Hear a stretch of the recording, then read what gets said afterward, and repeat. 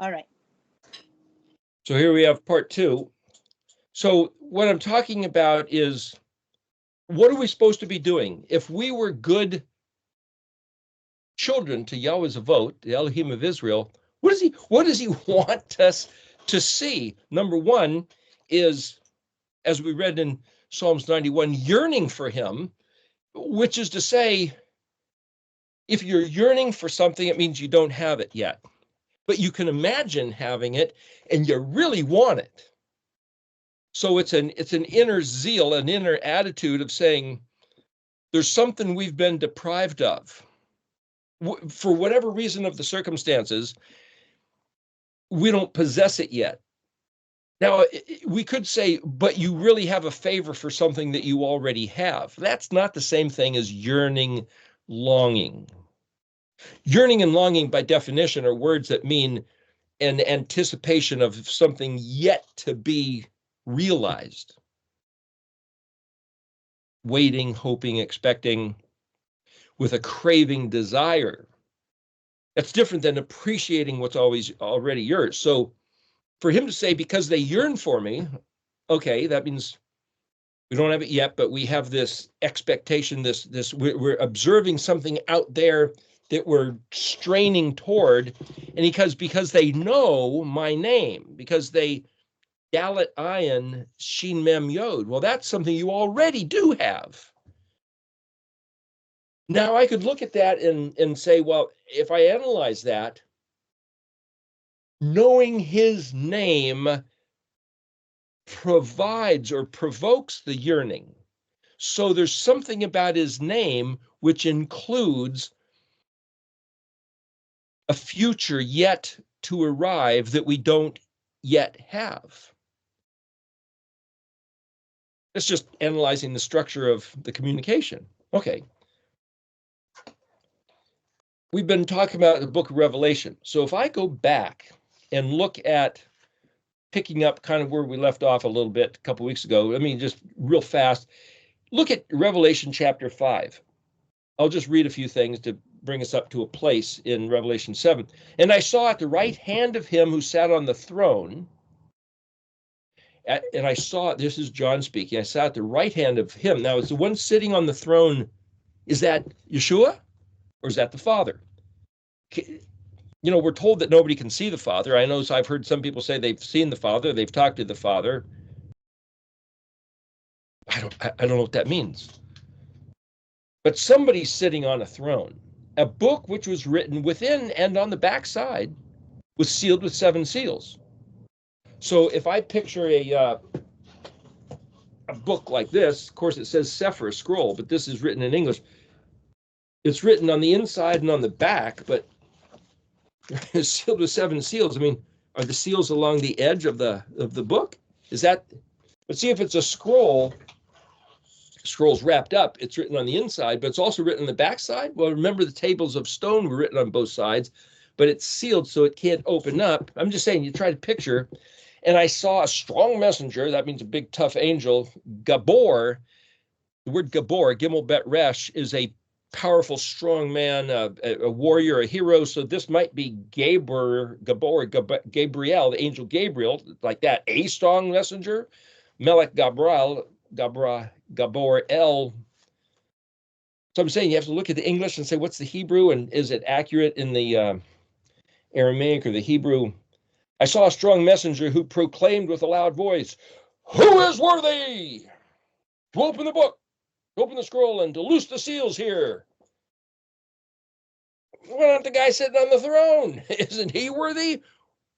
Or he has his messenger say, besides me, is there anybody else?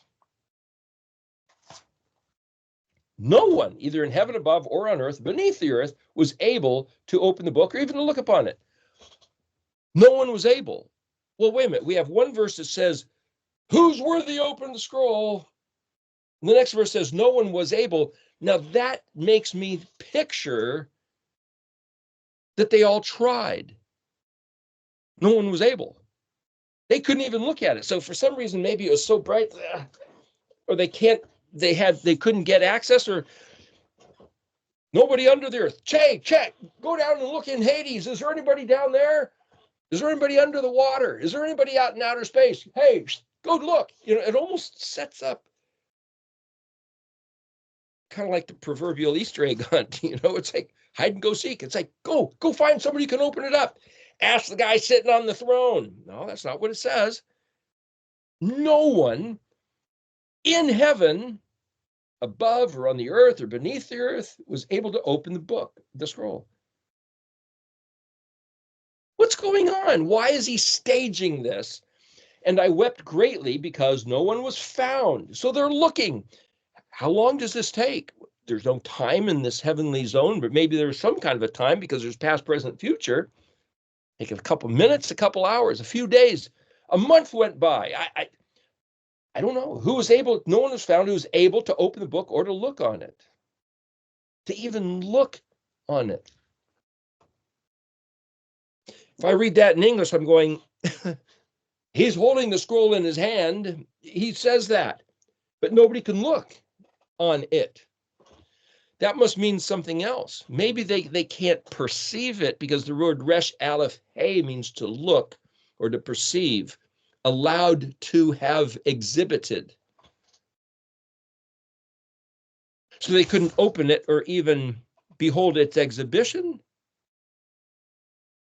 There's this thing called the Emerald Tablets, and it's like, so there's some letters that look like they're Paleo-Hebrew, and somebody says, yeah, that's writings from some other culture, maybe space aliens or whatever, and it's like, you can look at it, you don't have no idea what it means. Somebody claims to have figured it out, but is it something like that? Anyway, the point is, one of the elders said to me, well, there's 24 elders around the throne, and one of those guys says, weep not, speaking to John, who wrote this book of Revelation, behold, the Lion of the tribe of Yehudah, the root of David, has been victorious. He will open the book and its 7 seals. Is that the guy sitting on the throne? The Lion of the tribe of Judah has been victorious. He will open the book and its 7 seals. And I looked, in the midst of the elders stood a lamb, as if slain. And it had 7 horns and 7 eyes, which are the 7 spirits of Elohim that are sent into all the earth. And he came and took the book from the right hand of him who sat on the throne. And when he took the book, the 4 creatures and the 24 elders fell down before the Lamb, each of them having a harp and cups of gold full of aromas, which are the supplications, the prayers of the set-apart believers. They sang a new song saying, worthy are you to take the book and to open the seals, because you were slain and have redeemed us. So wait a minute. Is this a trinity of Yeshua? Is he the one sitting on the throne and the lion and the lamb? See, we can just read these words and say, well, it all sounds rather heavenly, rather mystical, but what the heck, who knows? Worthy are you. What does that mean? That means because you were victorious, you are now got the accreditation. But this is where I was trying to say, if you go down to verse 12, with thousands and thousands, myriads saying with a loud voice, worthy is the Lamb that was slain to receive power and riches, wisdom and strength, honor and glory and blessing. Wait a minute.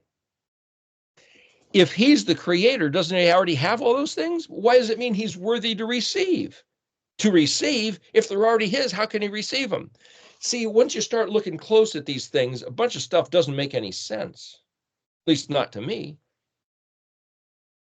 unless the lamb is a manifestation. A lamb that was slain is some sort of riddle, a puzzle. The lion appearing as a lamb. Why would he do that? Appearing as a lamb that was slain. Well, what is a lamb that is slain? What comes to mind, and that's just typically because I've read through the Bible, is a sacrifice. A sacrifice offering is a lamb that's slain. Well, what's a sacrifice offering? Well, the Passover lamb. The problem is the Passover lamb is not a sin sacrifice. The Passover lamb is part of the Pesach ceremony, ritual, commanded protocol, regimen of this is what you do. But it wasn't to pay for anybody's sins. So to say that the death of Yeshua, the crucifixion of Yeshua, is a sacrifice for sins because he's the Passover lamb. It's like, well, that doesn't fit. That doesn't make any sense, not to me anyway. But if I say, worthy are you, what's the word worthy? Well, I can sit here and look in verse 9.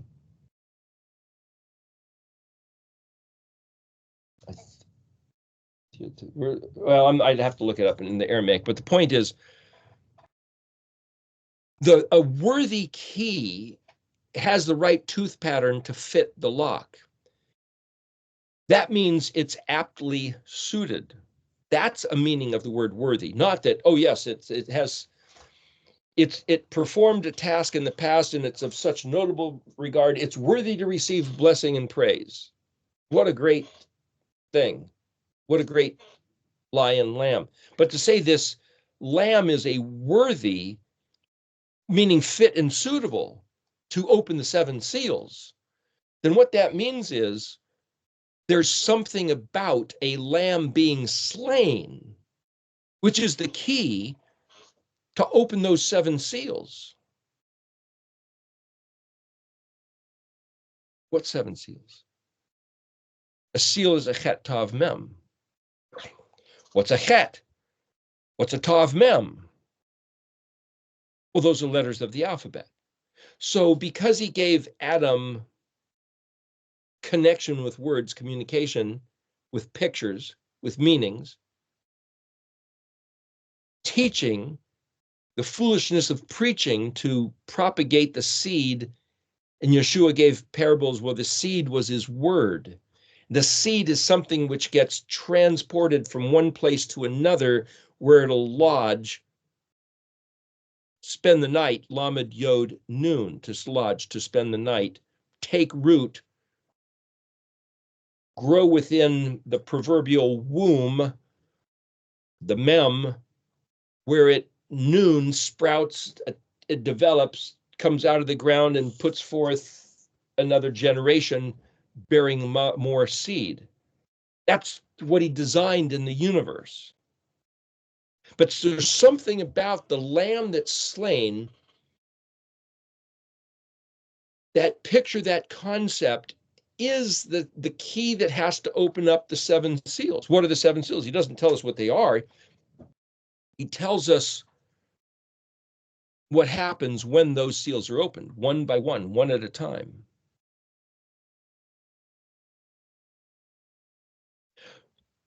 Chapter 6 then goes on to say, when the lamb had opened one of the seven seals, but he doesn't tell you what the seven seals are.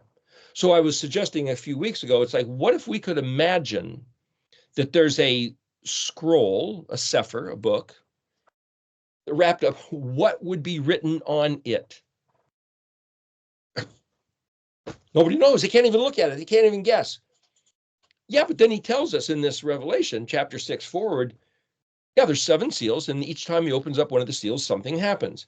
So when he opened up the first of the seven seals, he looked, and one of the four creatures said with voice of thunder, come and see. And there was a white horse, and he sat on it with a bow and had a crown given him, went forth conquering that he might conquer. Well, if I look at it in the Aramaic, the word white is het vav resh. But I also know that Laban, lamed bet nun, is the word for white, and sheen is the word for white. Laban is the word to launder, to wash, to make things white. Sheen is the word for rejoicing. It's also the word for the number 6. Het vav resh is the word for white, but het vav resh also means to make something clear and evident. So is it just white? Is it just a white horse? One riding on a white horse. A bow, what's a bow? Kuf shin tet. A crown, what's a crown? There's 4 or 5 words for crown. And what I'm saying is then I could look at that and say, is it about the white color? Is it about the rider on the white horse? Is it about the fact that he has a bow and a crown? It doesn't say he has any arrows. So when people try to analyze this, they look at all these things. We talked before about the constellations, the Mazrod in the sky. And it was Rawlinson who said, if you look through different classical empires, Egypt, Babylon, Persia, China, all these, Greece and Rome, you have all these looking at the same constellation. Everybody has the same constellation. So it must have come from antiquity before there was the spreading out of the empires. But one culture will observe, like the water pourer, Aquarius. One will say, it's about the urn. What is this urn that's being tipped out? Others will say, no, it's about the water or the wine or the fluid or whatever it is coming out of the urn. Others will say, no, it's the guy holding the urn. And each culture will focus on what's the preeminent aspect. But they're all looking at the same image. It's kind of like the story of the proverb, 7 blind men, each touching part of an elephant and trying to figure out what it is. The tail, the ear, the leg, the tusk, the trunk. We do the same thing with the Mazrot. Or you might say, we're better than that. We're looking at the whole picture. Well, different cultures look at parts of the picture. But what are we looking at when we see something like this? Why is that having to do with the first of the seal? So I could sit there and say, we already saw that there was like an emerald rainbow above this throne. We already know that Yahuwah's preeminent grandeur was not only to tell Israel the truth, but has Israel being his azar, surrounding him, dancing in the truth. And the word Moedim, meaning festivals, we see that we have half of them in the spring, half of them in the fall, one at Shavuot, a little ways out, and that the word for ear or hearing or weighing or balancing, like an equipment belt, literally the same word. So it's almost like he's given his people an equipment belt, like the military would wear, or a carpenter or a policeman. Your gear is on your belt and you have it balanced, otherwise you'll throw your back out. And so he's balanced the year, and the year works in this cycle. And so somehow we are equipped with the Moedim. That's our gear, our stuff, our equipment, weaponry, gear, what do you want to call it? He geared his people with that stuff. So for the church at large to say, it's not our stuff, at least they're saying it's not your stuff, meaning you, the people, are not allowed to have it. And the big shots are going to see to it that we don't even have the thought that that's our stuff. Okay, well, whatever. But the point is, it's Yahuwah's stuff. And if he gave us this and said, if you really knew what it meant to be my people, you'd be rejoicing. She'll be riding 6 white horses when she comes. There's that song. And I heard somebody say, oh, that's the Sabbath day, riding in on 6 white horses. That's the rejoicing of, woohoo, that's the Sabbath day. The queen of the week come riding in on 6 white horses. I learned that song as a kid. I had no idea it was about the Sabbath day. That was somebody's take. Whether it's true, I don't know. But, well, what comes riding in on the white horse then? Somebody with a crown and a bow, but if the bow means to be ornamented, not necessarily about warfare. We're told, oh, it's warfare. It's a pope. It's a white robe pope. It's like, wait a minute. If I looked at the bow, Kufshin Tet is also the word for truth, and it means to be adorned. And the word for fletching of an arrow is an adornment on an arrow, but it also makes it fly straight. So Kufshin Tet can be the truth of adornment that makes something fly straight. If it's that word bow, and what's the crown? One word for crown means that which encircles, that which goes around. Like a tiara. It's not necessarily me picturing this golden crown sitting on somebody's head. That's the word, but what does it mean by the picture? And I could say, for Israel to realize the truth, rejoicing about the Sabbath day, rejoicing about the Yahweh's Moedim, Rejoicing because he's given us a means, a method of determining the truth, locking onto the truth, and being Yashar, that which flies straight like an arrow. Well, that's coming back. That's Israel waking up and coming back like the prodigal son to his Shem. So I can say, let's maybe presume that the first seal is the Shem of Yahuwah. I mean, where else would you start? So maybe the first seal is that we as Adam, as Israel, finally get it, that this is his Shem. Wow, what if that's the white horse? Then what's the second one? Well, as we went through, you go through all four of these. And then you get to the fifth horse, which is Revelation 6, verse 9. Because a couple of weeks ago, we went through the other ones. And it says, and when he opened the fifth seal, I saw under the altar the souls of them who were slain on account of the word of Elohim, on account of the testimony, that's the Ayin Dalet, to the Lamb, or of the Lamb, which was with them. And they cried with a loud voice, saying, how long? Well, the word, how long is the word Ayin Dalet? Until when? That's Ayin Dalet. So there's a testimony, which is an Ayin Dalet. There's a how long, which is an Ayin Dalet. So there's something about Ayin Dalet going on here. O Master Yahuwah, you set apart and true. Do you not judge and avenge our blood on them that dwell on the earth? Well, if you go back at Daniel 12:4, and I'm just recapping some of what we talked about, hide the words and seal the book until the time of Kufzadi. Kufzadi, cuts. Well, that's translated end, but cuts is Yod Kufzadi means to wake up. Avenging the blood, that's something is going to cut. Is Daniel 12:4? Was Daniel, speculation here, was Daniel told by the archangel Gabriel to hide the words and seal the book until this time that these guys are referring to?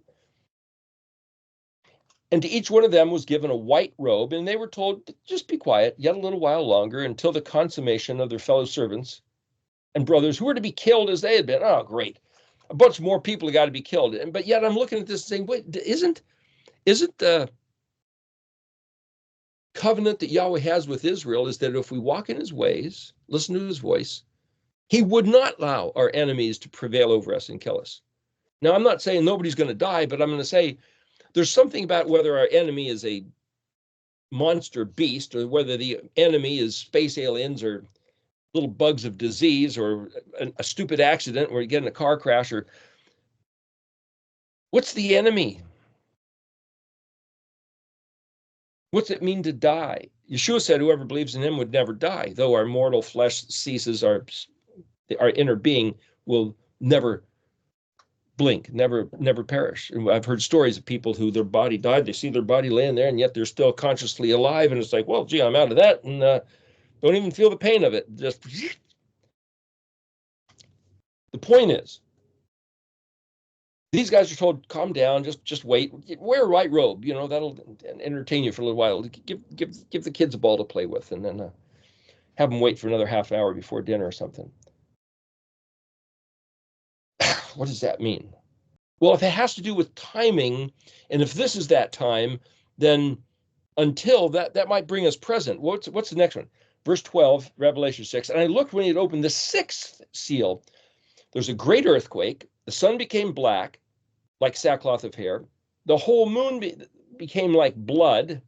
Stars of heaven fell on earth as a fig tree casts its unripe figs when it's shaken by strong wind. And I heard back in the 1800s, there was a time when literally the falls were falling from the sky. And it's like, is that yet to happen? Or, boy, I don't know. And the heavens separated as a scroll is rolled up, and all the mountains and all the islands were removed out of their places. Well, that hasn't happened yet. I mean, the heavens rolled up as a scroll. Imagine if there's a firmament, a dome that gets rolled up. It's like, well, if it gets rolled up, what's on the other side? What's beyond the firmament? It's like, are the stars lights that are shining through this water? Is that why they look like they do if you zoom in with a telescope? Or it's describing a cataclysmic end. I mean, if every mountain is shaken and every island is swamped by giant tidal waves, it's like, well, too bad for those who live there. It's like the skies rolled up. It's like, yeah, but this isn't the end of the world yet. This is only the sixth seal. Verse 15, and the kings of the earth and the nobles and the captains of thousands and the rich men and the men of valor, every servant and free man hid themselves in caves. They're still running around and in the clefts of the mountains. And they said to the mountains and cliffs, fall on us, hide us from the face of him who sits on the throne and from the wrath of the Lamb. For the great day of the wrath is come, and who's able to stand? So everybody's going to be panicked. I mean, this is a major earthquake, and yet the people aren't dying necessarily. I mean, he could let there be some event without the people actually dying. Remember, people want to die and they can't, it says elsewhere. But that's only the sixth seal. Then we go into chapter 7. And after these things, I saw 4 messengers, angels, who stood on the 4 corners of the earth. That's almost like, a playing board where there's 4 corners, and each corner controls a type of wind. Each angel has jurisdiction, the east wind, north wind, south wind. They held the 4 winds of the earth, so that the wind blew not on the earth, nor the sea, nor on the trees.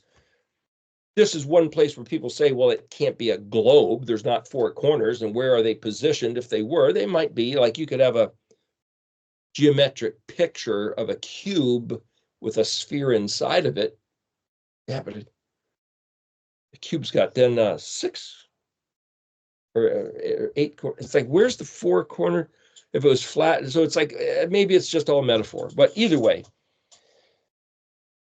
verse 2, and I saw another messenger, and he came up from the rising of the sun, and he had the seal of the living Elohim. We talked about this a couple weeks ago, and he called out with a loud voice to the 4 messengers who was given to hurt the earth, saying, hurt not the earth, nor the sea, nor the trees, until we have sealed the servants of our Elohim upon their foreheads. Now, sealed the servants of our Elohim, that's angels speaking, and they got to be speaking about Adam's people. Don't hurt the earth. There was just this major earthquake, cataclysms. The firmament rolled up like a scroll, and the whole sky's a different thing, and everybody's absolutely terrorized. The mountains are shaken to bits, and the islands are all swamped. Hurt not the earth until somebody's been sealed. And what is the seal? We talked about that. What's the seal? Seal is spelled het tav mem. Tav mem is the word for pure, innocent, perfect. What's a het? A het's an enclosure, a fence, a prison, a school, a pasture. Verse 4, and I heard the number that were sealed, 144,000. Then he goes on to say 12 of each type, or 12,000 of each of the 12 tribes. And that maybe if we read the names of the tribes, there was something there. We talked about that a few weeks ago. Verse 9, after these things I looked, and lo, a great multitude, which no one could number. Well, he just numbered 144,000. 12,000 of each of the 12 tribes. And now in verse 9, chapter 7 of Revelation, he said there's a great multitude that's millions, billions, no one could number them, from all kindreds and nations and tribes and tongues, who stood before the throne and before the Lamb, clothed in white robes and palms in their hands. Are they dead? How did they get up in the heavens? Don't hurt the earth nor the sea, verse 3, till we have sealed the servants, 144,000, and now there's more than anybody can count, and they're standing before the throne and before the Lamb, clothed in white robes. What just happened? If the 144,000 are sealed, there must be a jump in time, or it's like, that's why people say, boy, this book of Revelation is written so crazy, there's no way to follow. I'm saying, try to watch it like you're watching a video, you're writing a play, or things are supposed to progress in a sequence order so that you can logically relate to it. There's a cataclysmic happening Don't let the winds blow and everything's just crashing and ripping apart. Don't hurt the earth. Seal the 144,000. And then suddenly there's more than anybody can count who are standing there. Okay, then where does it go? Verse 10, those cried with a loud voice, saying, salvation to our Elohim who sits on the throne and to the Lamb. To our Elohim, to him who sits on the throne, and to the Lamb. Is that three different entities, or are they all the same entity? To our Elohim, to him who sits on the throne, the word him here in this Aramaic isn't capitalized, and it's like, and to the Lamb, to our Elohim. It's like, so what, do we have to spin a doctrine to figure out what's going on here? I'm just saying it's a predicament. And all the messengers stood around the throne, and the elders and the creatures, and they fell on their faces before the throne, and they worshiped Elohim. All the angels, all the elders, the four creatures, worshiped Elohim, saying, verse 12, amen, blessing and glory and wisdom and thanksgiving and honor and power and might be to our Elohim forever and ever. Amen. Now, if it says, let it be to our Elohim, like I said, let him have riches and wealth and glory and honor be given to him? Or is that's a little different than this saying, all this stuff already belongs to our Elohim, blessing and glory and wisdom and thanksgiving. So these angels and elders are acknowledging that our Elohim is imbued with, has this, is emanating blessing and glory and wisdom and thanksgiving and honor and power and might forever and ever. I happen to have a thought, just waking up in the morning, and there was a movie that was called Bruce Almighty, kind of a comedy, I think, of a number of years ago. And all of a sudden I was thinking, why'd they name him Bruce? Why not Fred? Why not John? Why not Josiah? Bruce, who would come up with Bruce? Why did somebody in Hollywood make a movie called Bruce Almighty? Well, what's the word Bruce in Hebrew? It's not a Hebrew word. Well, yeah, but what if you transposed Hebrew letters for the English letters? You'd have Bet, Resh, Vav, Kaf, Hey, Baruch. Bet Resh is pure and clean. Baruch is blessing. Ending with the Hey suffix, E, fifth letter, would be to express. Pure and clean expression of blessing. Well, yeah, that's fitting of the Almighty. So somebody who made that film knew that that's the best name to call this guy, Bruce the Almighty. Same kind of thing. It's like from the Almighty flows pure and clean blessing, benevolence. That's kind of what these guys are saying. They're just acknowledging the reality. So if someone says to me, hey, why don't you go check out Hinduism, Buddhism, Islam? It's like, do they got a better deal going than this? Check out Christianity. Well, this is in the Revelation. The Jews don't read Revelation. This is a Christian holy book. Well, then why do they throw away the Moedim? Don't they realize the Moedim are the bejewelment, the adorning testimony of the identity, the Shem of Yahuwah? Apparently they don't. But they still have this in their book. And so what does this say? Verse 14. Well, go back to 13. One of the elders turned and said to me, one of the 24 elders, they had all fallen down and were given him acknowledgement. The one who sat on the throne and the Lamb who's the lion. And this is a great spectacular moment in the heavens. And one of the elders says to John, hey, these who are clothed in white robes, who are they and where did they come from? So imagine that. Imagine you being given this opportunity to see this event more than anybody can count, dressed in white robes with palm branches, standing before this moment, this occasion in heaven, and one of the 24 elders around the throne comes up to you and says, Who are these guys? And this is what it says here. We're going to look at this. Verse 14. And I said to him, my master, you know. And he said to me, these are they who came from great affliction, and they have washed their robes and made them white in the blood of the Lamb. How do you do that? Those other guys were given white robes. These guys have washed their robes and made them white in the blood of the Lamb. Now, that doesn't sound like Passover. That doesn't sound like Judaism. Doesn't sound like any other religion. In fact, even if from Christianity, how do you make your robes white in the blood of the Lamb?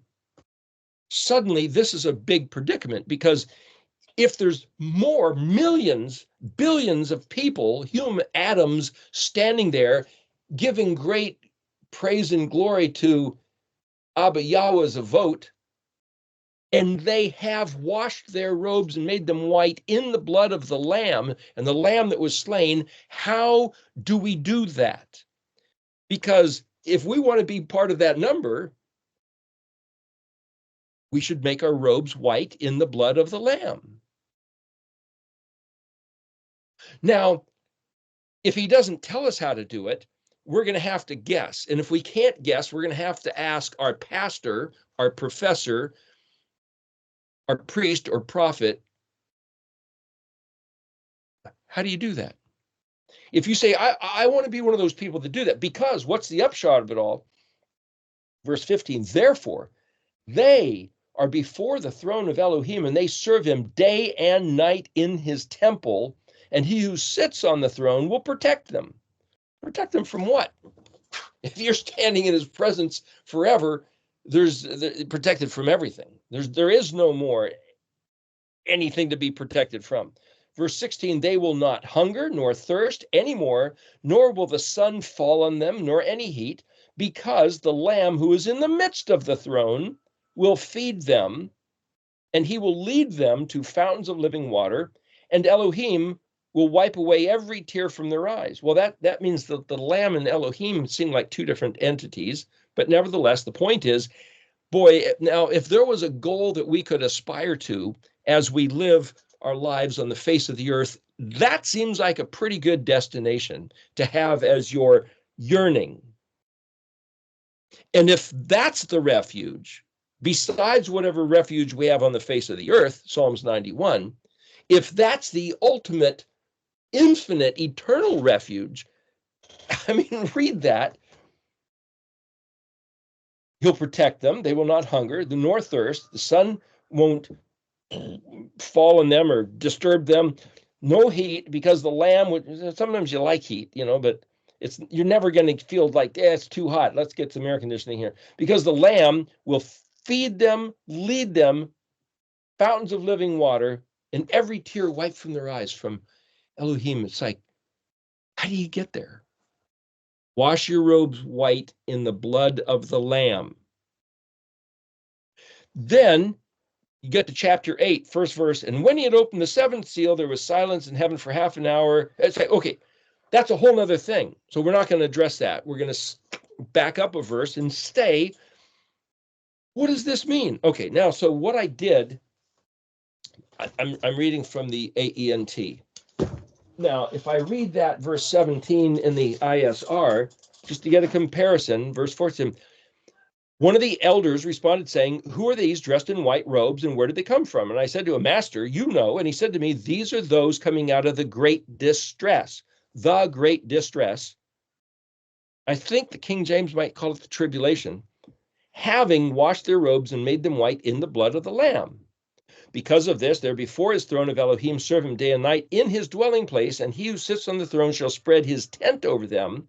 They shall hunger no more, neither thirst any more, neither shall the sun strike them, nor any heat, because the Lamb who's in the midst of the throne shall shepherd them and lead them to fountains of living waters of life, and Elohim shall wipe away every tear from their eyes. So it's similar but different in the ISR, but the point is, they're not just standing there, because the Lamb's going to lead them and guide them and shepherd them, so they're still living, but they're somehow in his presence. I mean, I don't know what to make of that. But what I did was, and we put that on the chat. Okay, this is my writing up of the whole thing, which you guys can go to the chat and access. But what I gave you is this, which is just the words of verse 14 from the Aramaic Peshitta. And so if you wanted to look at that, Ve'amerta. I'm going to go through this a little bit, and then we're going to go through it a little bit more. Still good for time. Ve'amer, Aleph Mem Resh, and it has a tav suffix. Well, Aleph Mem Resh is the word which is to speak, to say, to give a declaration. Vayamer Elohim Yehi Or. The word debar means to speak. The word Mem Lamed Lamed means to speak, but Vayamer is to give this authoritative declaration. Elohim said, let there be light. Vayamer. So this Vayamer, tav suffix is, I mean, he spoke. Lamed Hey, well, Hey is the feminine suffix, so it'd be to her or for her or regarding her. But see, this is Aramaic, and so you can't necessarily say the Yod suffix means my, the Vav suffix is a masculine meaning he or they, and the Hey suffix is feminine meaning her. You can't really say that. And this is translated as to me. And he said to me, or I said to him, Mem Resh Yod. Well, Mem Resh is the word for Mr. It's also the word for bitter or rebellion, and Yod suffix, but it's translated my master, Ayin Nun Tav. You look that up in the dictionary, it means you. Well, Ayin Tav Hey in Hebrew is the word you, Y-O-U, but this is Aleph Nun Tav. Well, Aleph Nun Yod means me, I. What's Aleph Nun? Aleph Nun Tav. We'll get into that. But I'm just saying, you look at this and say, well, gosh, it's Aramaic words written in Hebrew letters and whatever. No, there's something to this. This is what a critical verse telling us what those millions have done to get that privilege, which is the ultimate destination any of us could yearn for. This verse, it's right here in this verse. And I'm trying to show you there's a couple ways to read this. And I say to him, my master, Mr. Memar, you know. Wait a minute, where's the word to know? Knowledge is dalet ayin, it's not here. Ayin nun tav, if it's you what? So the translator had to say, you know, but the word no should be written in brackets because the word no isn't there unless you can determine that from Ayin Nun Tav. But remember, Ayin Nun Aleph is that word that somebody says meant, I am the living Elohim. If Aleph has to do with I am, Nun have to do with living, and what's Tav? Is that to do with a mark or a sign? I am the living sign. And says to him, my master, I am the living sign. It's like, see, it doesn't work. Ve'amer, and says Lamed Yod to me. So he says to this angel, who are these guys and where'd they come from? And he says back to the angel, what are you asking me for? You already know. So why is he asking him? It's setting up this communication. One of those elders, one of the 24 elders around the throne that had just fallen down, gets up, crawls over and says to John, hey, who do you think these guys are? He says, you already know. So he wants John to address this on purpose. And yet if we read this, it's a throwaway almost, at least in my reckoning. Anyway, this is what he says. Hey, Lamed Yod Nun, Aleph Nun Vav Nun, Aleph Yod Lamed Yod Nun, Halin Anun Eileen. Then Dalet Aleph Tav Vav, Mem Nun, Aleph Vav Lamed Zadi Nun Aleph. So De Aleph Tav, Da'at O Mana Aul Tzana Rava. So Aulzana must be the tribulation, because Rabbah means great, like rabbi, great, many, important, multiplied.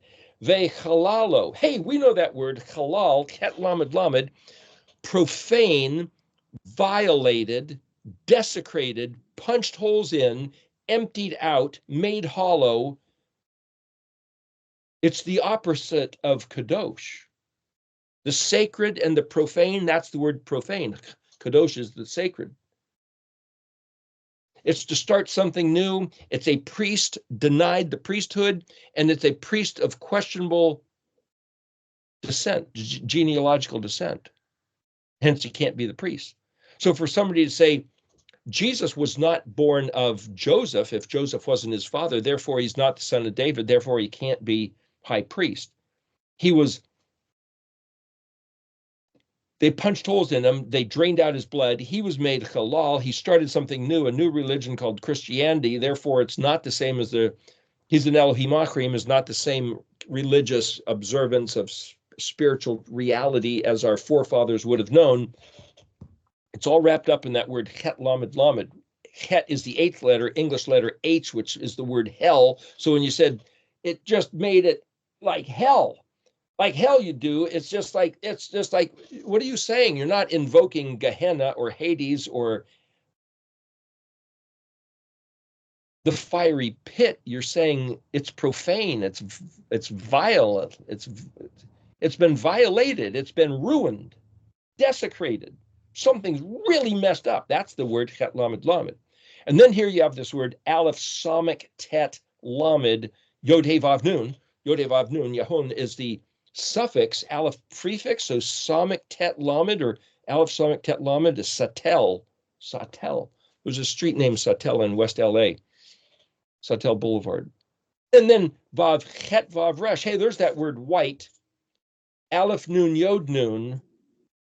Anin, similar to Anun that we saw previously, and similar to that word Anot, Aleph Nun Tav. They're derivations, Aleph Nun Tav, Aleph Nun Vav Nun, Aleph Nun Yod Nun. So if you look at Aleph Nun Nun, we'll figure out what three of the words are here.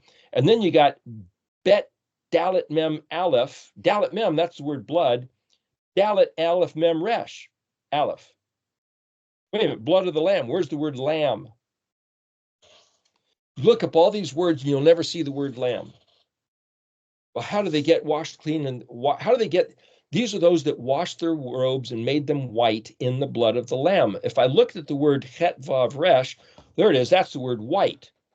So their robes must be the previous word, samik tet lamed, in the blood of the lamb. But if I say aleph nun yod nun, that's not lamb. Bet dalet mem aleph. Well, dalet mem is blood. Bet mean in, but dalet aleph mem resh aleph, that's not lamb. As a matter of fact, the last word aleph mem resh, isn't that the first word aleph mem resh? Saying. And I says to that guy, the elder, lamed hey, my master, you know. Aleph nun tav, does that mean you know?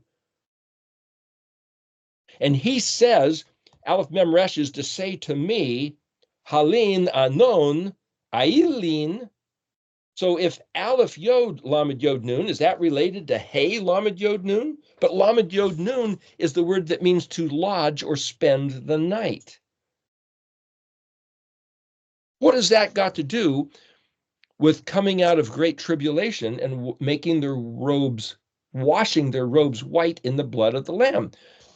Something doesn't jive, doesn't fit. So I'm just showing you that so you can look at it as you want at your leisure.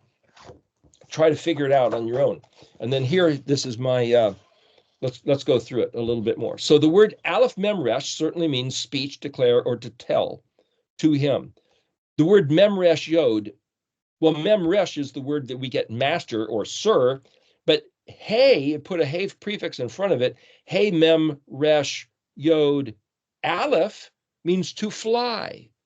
Well, Abraham is to fly. Oof is to fly, to put out the wing. But what does Memresh Yod have to do with flying?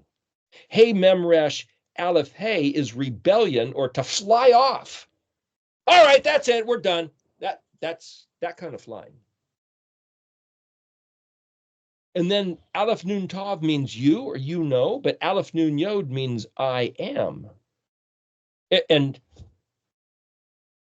well, we're going to get into Aleph Nun stuff. If I look at the word 3-4 words later, Aleph Nun Vav Nun, if I look that up in the dictionary, it means annual ration, a tax, annuity, or a portion.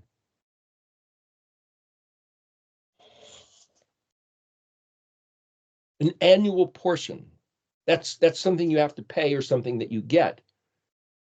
Proceeds, that's something like they were giving honor and glory, which is what Elohim is due, the one sitting on the throne. They're saying honor and glory and power and might. This is they're giving him regard. That's what he's due, whether it's due annually or not. But that has something to do with Aleph Nun Vav Nun. Remember the word Aleph Nun Yod, Ani, means the admiral surrounded by his fleet. He's expressing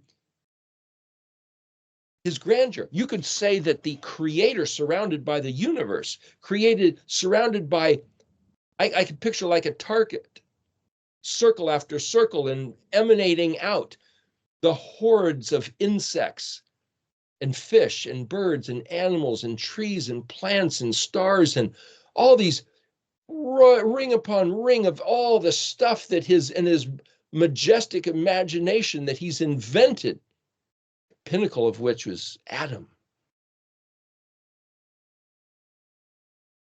To his glory, all this stuff he's made. That's this emanating, flowing. The word hod comes to mind, echoing, reverberating praise, thanks, acknowledgement of his spectacular grandeur. But see, the word memresh yod can also mean not only rebellion, but to fly off. Like that's it. It also means to change or exchange or interchangeable. Memresh, mem yod resh, you stick the yod to the vav. Mem vav resh is a bet or a wager where two men compete with each other. What do you think this is? Well, what do you think this is? Well, I'll bet you. Well, all of a sudden, wait, but that's the kind of exchange going on. Why is one of the elders coming up to John and saying, "What do you think this is?" He's getting in his face and saying, "Hey, you know what this? You know who these guys are?" And John says, "I'll bet you know who these guys are." And it's like, no. Why is this staging going on? It's to set up something about this memresh. It's not just, "Good sir, you know." Not, John isn't just saying, "My master, you're well aware." There's this little in-your-face thing that's being staged. A mayor, declare regarding it or to him something about exchanging. There's some kind of a bet or a wager of perception, of rebellion. I'm saying it's like, what the heck is going on here? To fly off the grandeur of Ani Yahweh. Remember, we're talking about these millions of people dressed in white robes. Somehow they are the atoms, the people who are like emanating the glory. Somehow, because they're standing in front of his throne, they have attained the status of acceptable children to him, doing what he was hoping they do. What are they doing? And he says to me, Amer Li, hey, Lamed Yod Nun. Well, Lamed Yod Nun means to lodge the overnight. Hey, Lamed, Hal, like hello, like halo, Hallel, radiant, shining. Here they are, is the way it's translated. But to lodge overnight, well, that's Lamed Yod Nun, and you can take the suffix and say it's not necessarily applicable in this space. We'll just take it into consideration. But here are those. Aleph Nun, Vav Nun. Well, that's the annuity portion, but see, Nun Vav Nun means waste away, degenerate, to become lean, thin, and erode.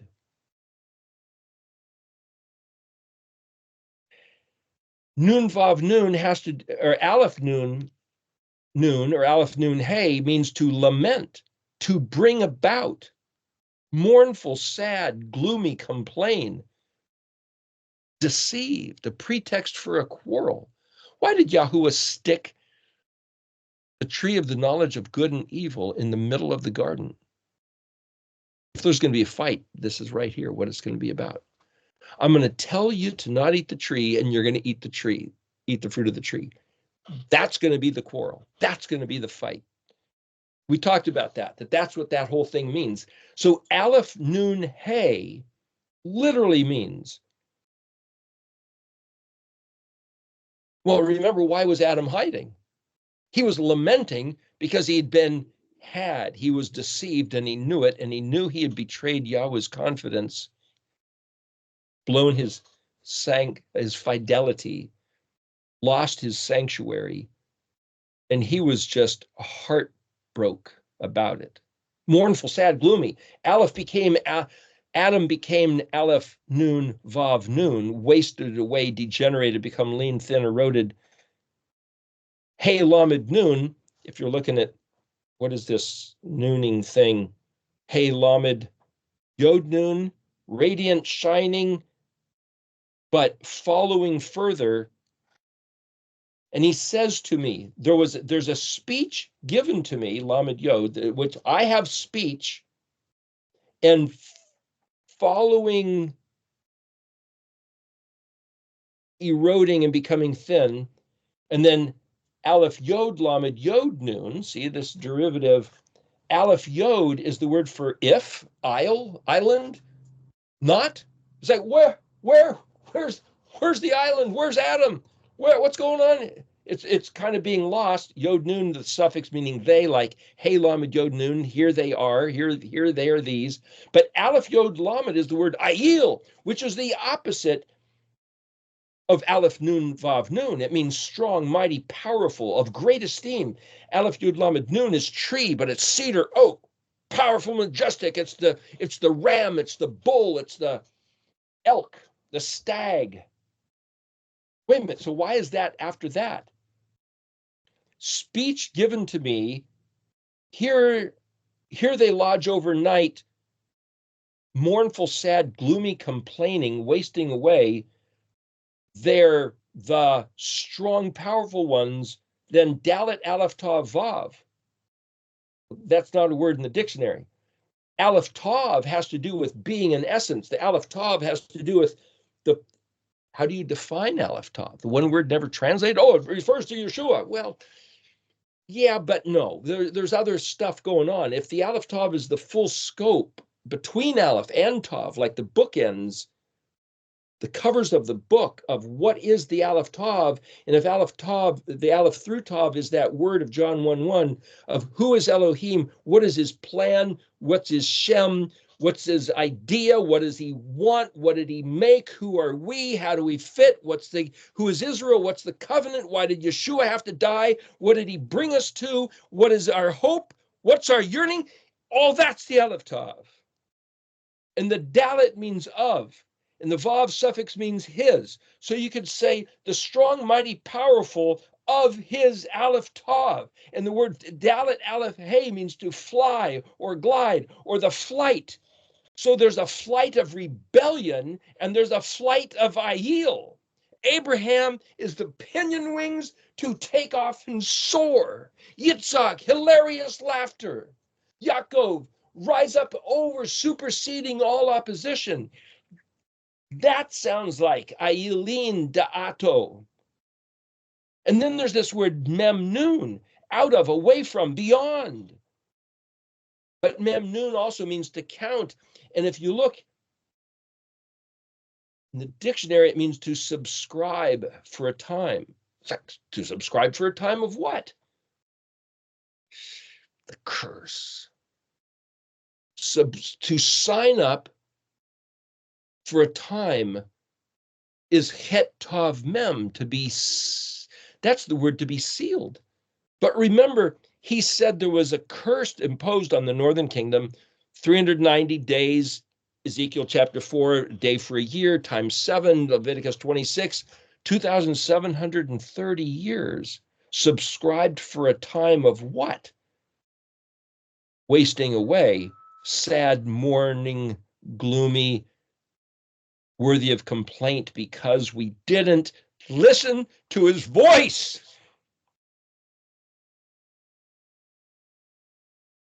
The very next word, Aleph Vav Lamed Zadi Nun Aleph. Nun Aleph, please, means please. Zadi Nun Aleph is a basket of thorns. Aleph Vav Lamed Zadi means narrow, compel, to urge. Aleph Vav Lamed Zadi is trouble, distress, torment. Lamed Zadi is scoff, scorn, mockery. Aleph Vav Lamed means in front, strong or foolish. The guy up on stage, acting like a goon, a clown. Ha ha, look at him. But he's also the guy in Hollywood making the bucks, the guy up on the stage, or the preacher, or the politician. What does this mean? Oh, they came out of great tribulation. The next word, Resh Bet Aleph, is great, many are important. And it's like, no, wait a minute. I could say to me, what's the story going on with these millions of people dressed in white robes with the palm branches? And he says, there's words. I have words. I was commanded, a mayor. What were we commanded? He put before us the blessing and the curse, life and death. Choose life. Listen to his voice and do what he says. And if we don't, then there's going to be a wasting away, a degenerating, becoming thin, eroding, following further, and the strong, mighty, powerful, of great esteem can fly away from, beyond the time of trouble. Are these the guys that flew away from the trouble, or are these the guys that were subjected to the trouble for a time? Could this be read both ways? What kind of trouble? Narrow, distress, torment, scoff, scorn, mockery, basket of thorns. But yet Yahweh said, please just do what I said. Sit down on Shabbat. Regard the Moedim. Do justice and righteousness, truth and kindness with each other. No, you're not going to do that. Okay, you got a basket of thorns. You get trouble, distress, and torment. Oh, people are going to scoff and scorn. They're going to mock you because that's your enemy's only weapon. Remember the last thing Moshe said? Israel, who is like you with such a great covenant from such a great Elohim, but your enemy will try to deceive you by scorn, by scoff, by mockery, great mockery, urging you to throw it away. Why would you throw it away?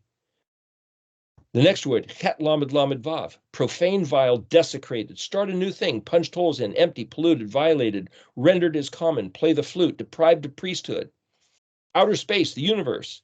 But I could say, is that how they've lied to us? They gave us a different religion, a different regard of Yeshua, rather than being my beloved son in whom I am well pleased, to being the scoundrel who told us to not walk in the ways of his father. We've been lied to, we've been had, we've been deceived, like the Nachash in the garden had deceived, bamboozled, hoodwinked Adam and Chua. If there was a pretext in the garden, there's one thing that's going to be the fight. That's going to be, don't eat that tree. Don't eat the fruit of the tree. That's what they did. They ate the fruit of the tree. If there's one fight that he gave Israel, listen to my voice or don't listen to my voice. Do what I said or don't do what I said. Well, what'd you say? There's a whole bunch of stuff. The simple matter of listen to my voice and do what I said. Pretty simple. Let's change the day so we can't do what he said. Let's change his name so we can't call on his name. We can't do what he said. He said, keep my commandments. Find out. Chmatzot. Find out how to do something. Find out how to keep my commandments. No, we're going to do away with unleavened bread. And I was talking to a friend just yesterday, and he said that he was talking to said, and I've heard this before, I've seen it on the internet, people said, it would be a sin if we tried to keep the Sabbath day or do something righteous, because we have to trust in the righteousness of Christ and the remission of our sins by his shed blood. That's our righteousness. So we have to eat vile things that he said not to eat, and we have to work on the Sabbath day in order to exercise our trust and faith in the blood of Christ. And if that's what it means to wash your robes white clean in the blood of the Lamb by betraying the covenant that he gave with Israel, that shows the great discrepancy between Christianity and Judaism at the face. But deeper than that, it has nothing to do with either of those. It's doing what Yahweh said and thus being his people, or not doing what he said, countering what he said, misinterpreting willfully what he said, so that you don't have to, so that you can have a gift of going to heaven. But meanwhile, you ain't even going to get in necessarily if you don't do what he said, because you're not his people, and you're certainly not going to be of that crowd, depending on what these next half a dozen words mean. I could look at the word het lamed lamed, profane, vile, desecrated, punched holes in, empty, and say, oh, but the dictionary also said it means outer space, the universe. And I could look at the prefix letter vav, and it means and, but it can also mean yet. It's just a connecting word. So I can say there's a great mockery, a scoffing and a scorning, rava, great many, regarding what? Regarding the Aleph Tav. Dalet is a prefix in Aramaic meaning of, Aleph Tav Vav, his Aleph Tav. Out of and away from, mem nun. Well, if the mem nun is not mem nooning out of and away from the tribulation, but memming and nooning, meaning the place where something is harbored and then it jumps out. It's birth, it's born, it goes on out on its own. Mem nun, subscribed to a time. A baby who's conceived, Adam, stays 9 months in the womb, and then it's given birth. Israel, the northern kingdom, was memming in wasted away, degenerating exile for 2,730 years. They memmed, and now they can noon back to the covenant like the prodigal son, like Jeremiah 31. Ephraim coming back away from the trouble and the distress. Memnooning, jumping over, what a great thing. So I could look at that saying, and then the next word, Aleph, Samik, Tet, Lamed, Satel, Yod, He, Vav, Nun. Well, if I look in the dictionary, He, Samik, Tet, Lamed, it means gravestone, a stele, an upright monument, like the Washington Monument, this obelisk. Any gravestone, a standing monument to remember something, to commemorate a past life. When Yahweh said, it was with Joshua, take these stones and put some plaster on them and write these words well clarified. That was making them like this stele. That's an Aleph, Samik, Tet, Lamed, Asatel. But it also means, if you look in the etymological dictionary with a couple foreign considerations, it means set in order, arrange. That's Ayin Resh Kaf. It's Eric. To set something in order and arrange it so that it can be.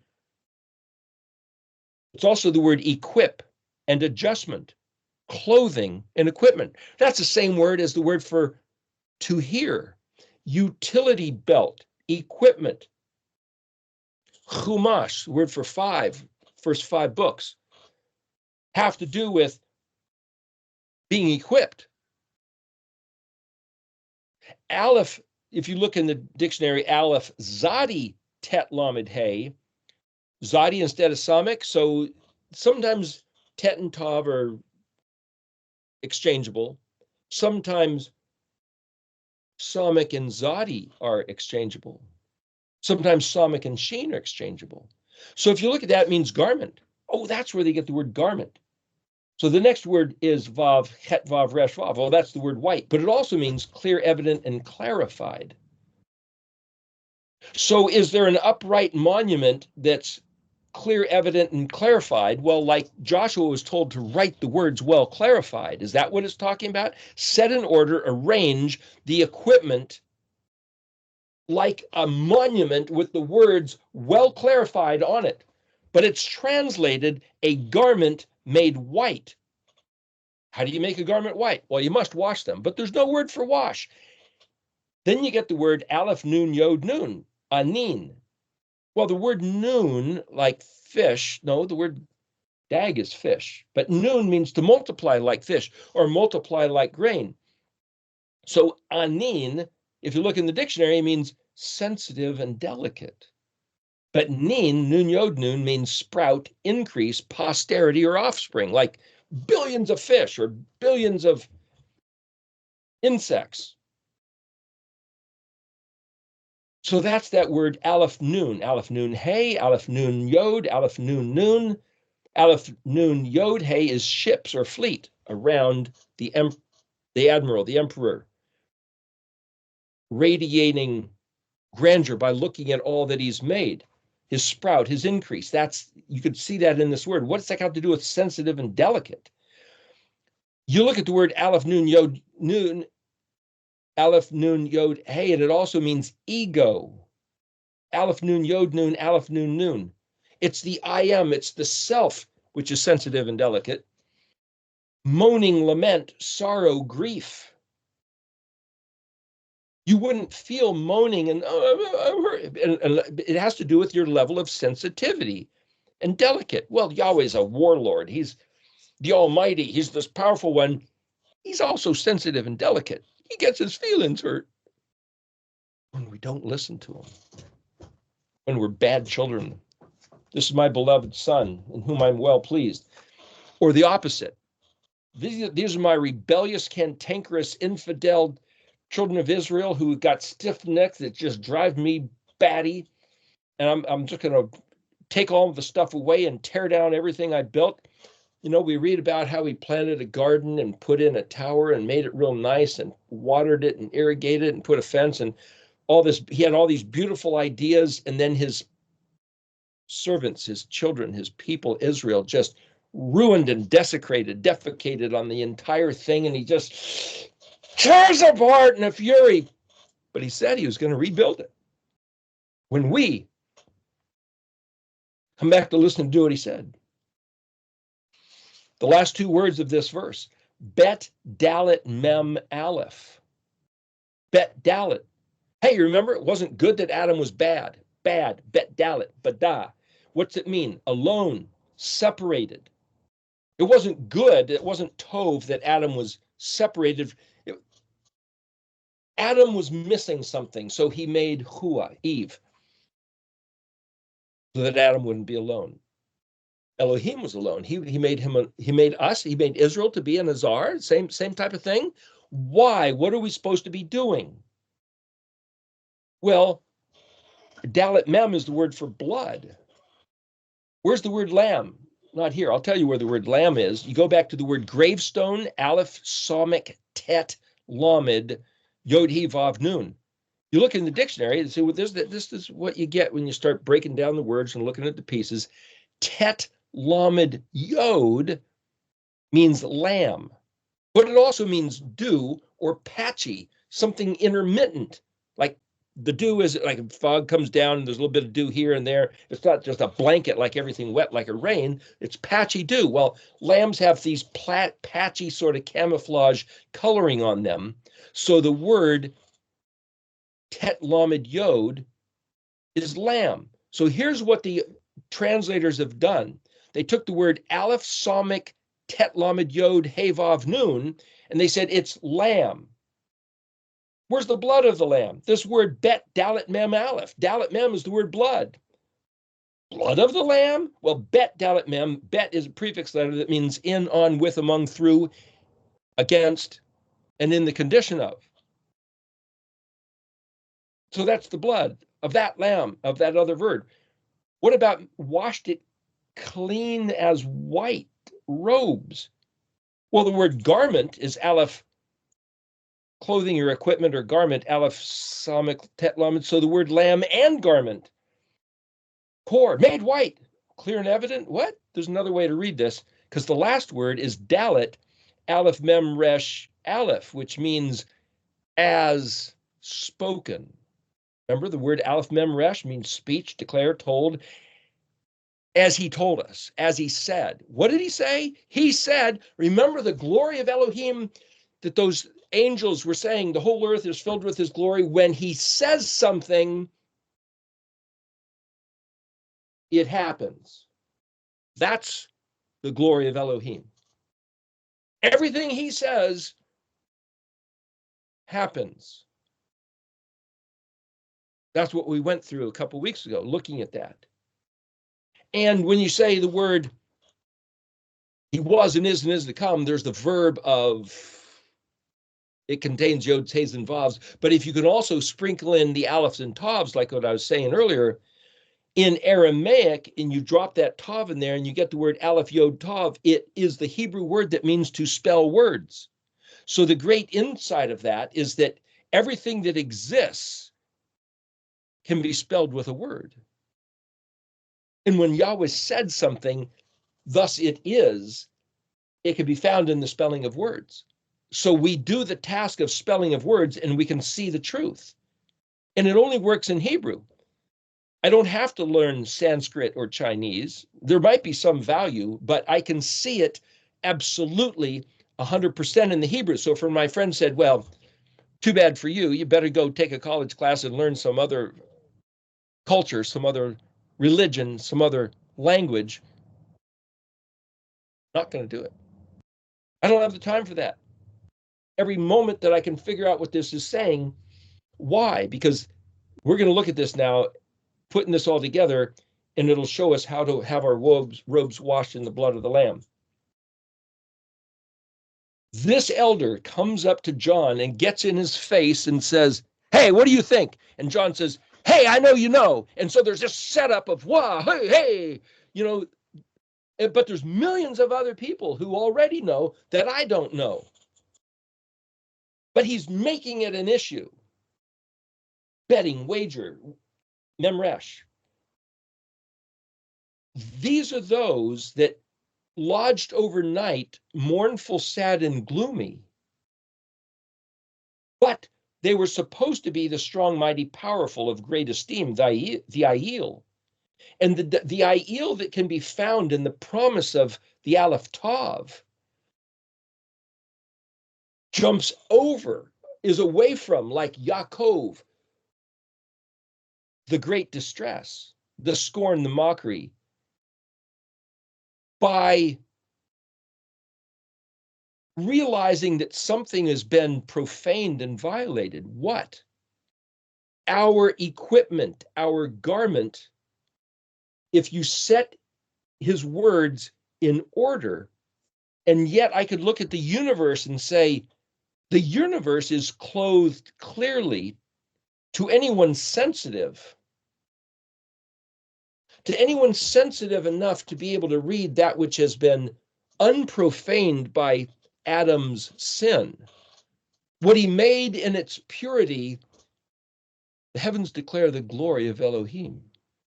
How? What he says works. It was Adam that decided to do something different. It was the church that decided to change his name and change the day and change the language. It's Israel going back to, what did he say? Bring me back and I will come back.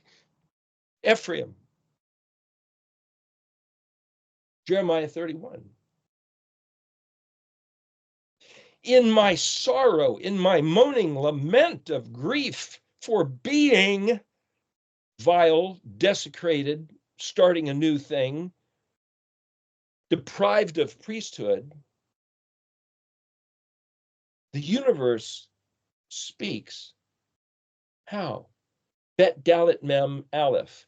Dalet mem is the word for blood, but it also means similar and likeness and silent. If it's referring to the universe, the universe is silent, but yet it all speaks.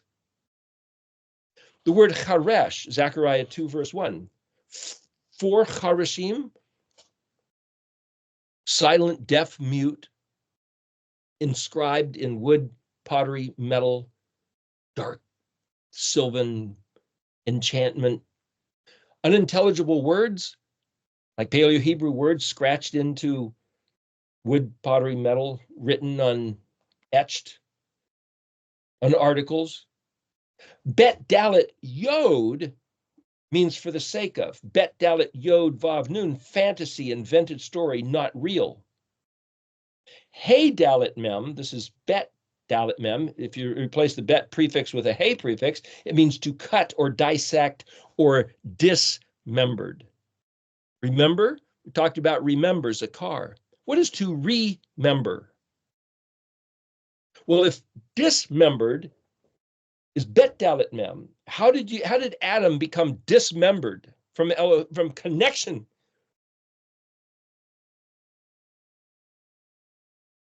By thinking that what he said he didn't mean, by listening to the other voice, that it didn't matter, that he changed. He was lying to Adam. Hey Dalet Mem means cut, dissect, dismembered. It's also footstool. But Hey Dalet Mem also means he likened himself to, because Dalet Mem means to be like or similar. And the last word of this verse means Dalet, Aleph Mem Resh, which means as he said. Remember? If you become dismembered by believing the lie, the fantasy, the invented story, which is not real, we can be remembered by going back and doing what he said, listening to his voice. And it's clearly evident because the entire universe is made according to this. He speaks, it happens. We listen to his voice, we have life, we are remembered. We are reattached as being members of his kingdom, his family, his heart. When, Bet Dalet Mem, we are like what he said. We are similar to his words. Yeshua said, I only do what I see my Father doing.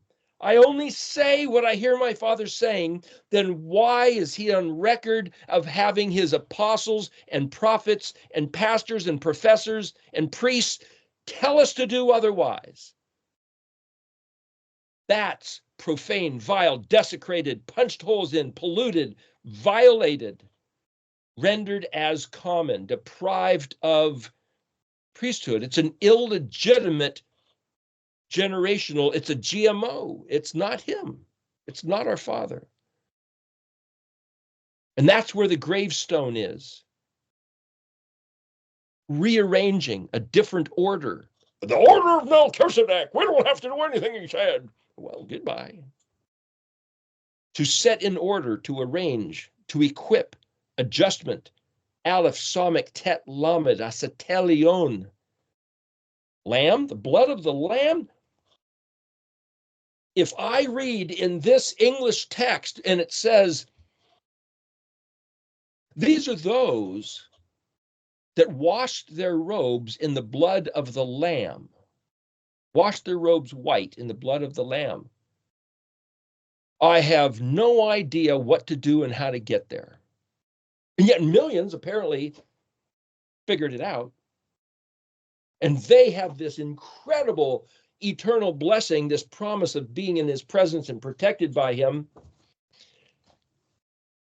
But if I read the words in Hebrew, all I have to do is say, realize we've been lied to, like Adam in the garden, realize we were dismembered and lamented, like Adam in the garden, and realize all we have to do, quite clear and evident, be sensitive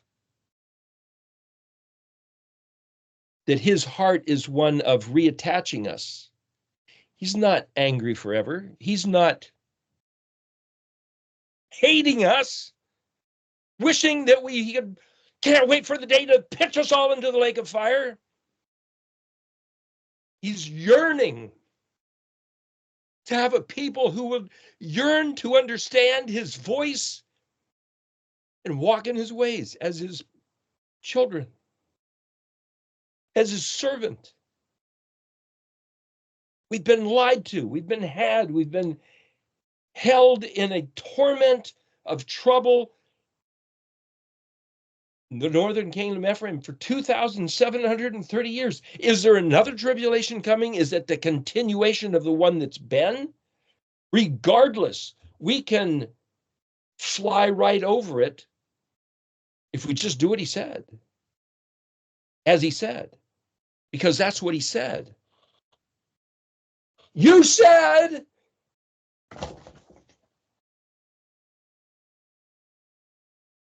humans are too stupid to understand, monsters not capacity to own, but Adam is built by the word to comprehend the word because the word is him, and we can relate because we are his manifest, but we become dismembered.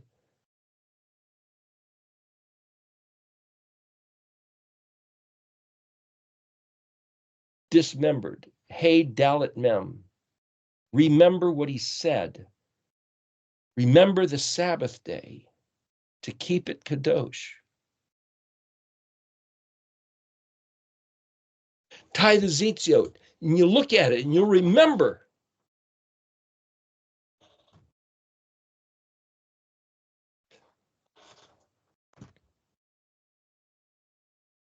The situation of what did he say? What did he mean? See, the Nachash in the garden, bamboozled, bewitched, bewildered, enchanted. The word Nachash is copper, serpent, enchantment, shiny, shimmery. Yahweh said have nothing to do with magic, witchcraft, sorcery, shiny, shimmery. Just do what I said. Tet Lamed, Tet Lamed. Tet Lamed Yod is the word for land. Tet Lamed means to move or shift out of its place. Hey Somic Tet means to move. So this is Aleph Somic Tet Lamed. So if Hey Somic Tet means to move, shift out of its place, Tet Lamed means to wander, then it's not just the blood of the lamb. This is, we have wandered away from similarity. Go back and do his stuff. Go back and learn his language. Go back and sit down on the Yom HaShabbat. Keep his Makra Kodesh because he said so. And this friend of mine who said humans are too stupid to understand, and it's like, not Adam. We're made to understand. We're made to do this. And if you think that you can't, it's because that's how far away you are. And he was saying, what's the big deal about this Hebrew? Because every word, every letter of this screams truth that I can see. And I gotta count on these words. It's not just a burning in my bosom. It's not just, did I ask Jesus Christ into my heart? Yahweh said. And he had that elder come up and get in John's face and say, you know what he said? You know what he said? Vayomer la. Do we know what he said? Anyway. Here's Father's Day. So let's be good people to him. Abba YHWH. Oh, let me just say one thing. I was looking at something on the internet and a clip of a guy came up. And this guy is known as a, let's just say, a Hebrew roots teacher. And he had in his background a big model of the Ark of the Covenant. And on the Ark of the Covenant were these two placards, you might say. One was the 10 Commandments and one is the Moedim. And this guy is all telling people, This is the truth, is what we're supposed to do. And on this Ark of the Covenant, he had written in English letters, Shema Israel, Abba Yahweh Echad. And then he had underneath the translation, Hear, O Israel, Abba Yahweh is one. That's not the Shema. Somebody changed that. What it's supposed to say is, Shema Israel, Yahweh Eloheinu, Yahweh Echad. It doesn't say Abba Yahweh. Who did that? Why did somebody had the big idea? Let's change the Shema. Somebody else said, oh yeah, let's write it twice, once in Hebrew transliterated and once in English. And somebody else had to say, oh yeah, that's a good idea. And let's stick it on the Ark of the Covenant because everybody will think that's what it says because nobody knows how to go look it up. Yeah, but didn't he say don't add to or take away? Didn't he say don't change or exchange? Why does that particular teacher have a fake Shema? It's close, but it's fake.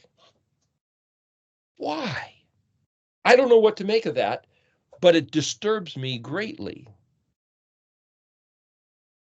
What the heck? And now, because of that, I got to question a whole bunch of other stuff that I didn't notice about whatever this guy is saying. Dadgummit. What's the significance of knowing how to read? It's our equipment. It's our gear. It's what he gave us to not be fooled, not be bewitched, bewildered, bamboozled. Learn how to read and be similar to what he said in his likeness. And he's just going to leave it there. He's not going to yell and scream. It's a silent testimony, the whole universe, if we know how to read it. There's nothing wrong with saying Abba Yahweh Echad, but that's not what he said. That's not the Shema. The Shema is Shema Israel, Yahweh Eloheinu, Yahweh Echad.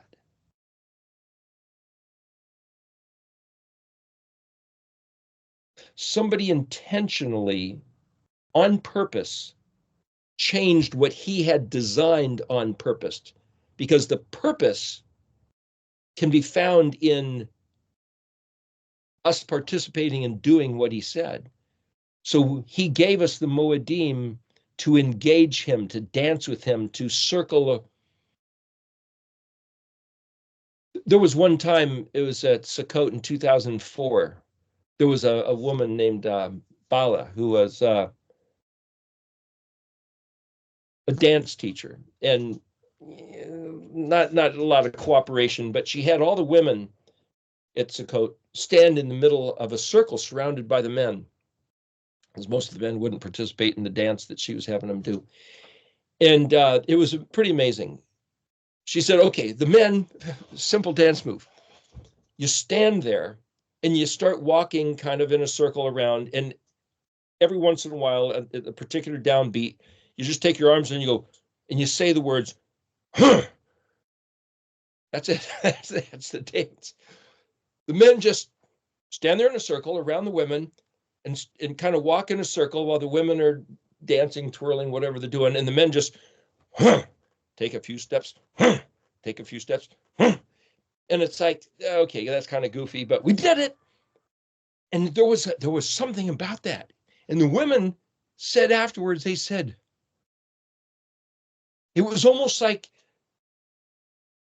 a deja vu thing of being teleported into some other dimension. They said the feeling of protection, the feeling of strength, there was something about that they'd never experienced before. It's like, really? There's something about that solid wall, finding refuge within what Yahuwah has said and what he's given us to experience his protection, but what he wants to experience is we circle around him as his Ezer.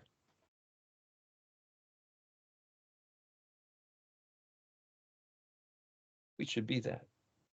Anyway, here, time to stop. So, somebody want to close out, Carla? Yes. Praise Praise. Hallelujah. Hallelujah. Hadulaya of Kileolam Hado. He is gracious. He is amazing, Father. We praise thee. We thank thee. For from the beginning, thy plan was to be our Father, to walk with us in the cool of the day. Oh, Abba, that we may return to thy plan. We thank thee and we praise thee, Father, for giving us more chances than we deserve, for guiding us into finding thy words once again, to teshuva, to come back to thee. As the prodigal son, Father, that waits for us with thine open arms, that we're waiting for the moment that we turn back and reclaim our place as thy children, not just thy creation. We thank thee, Abba, we praise thee, we exalt thy name. Hallelujah, wasevaot. Amen. I mean, thank you.